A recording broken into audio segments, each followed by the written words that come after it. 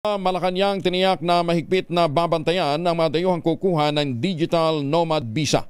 Detalye na balita mula kay Let Narciso, Irish 14. Let, good morning. Sisiguruhin ng Malacanang na hindi maaabuso ang paggagawad ng digital nomad visa sa mga dayuhang gustong mag-work from vacation sa Pilipinas. Ayon kay Palace Press Officer Claire Castro, mahigpit na babantayan ang implementasyon nito para matiyak na hindi matutulad sa sitwasyon ng mga pogo ang pananatili sa bansa ng mga dayuhang kukuha ng digital nomad visa.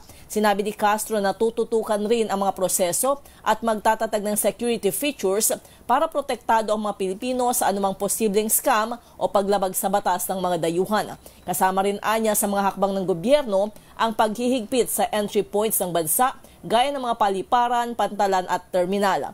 Inaasahang tataas ang kita ng gobyerno at magdudulot ng magandang benepisyo sa publiko ang paggagawad ng digital nomad visa dahil dadagsain ang bansa ng mga dayuhang may remote o digital-related na trabaho. Una nang kinilala ang Pilipinas sa World Economic Forum na ikapitong bansang pinakamabilis lumago bilang remote work hub sa buong mundo.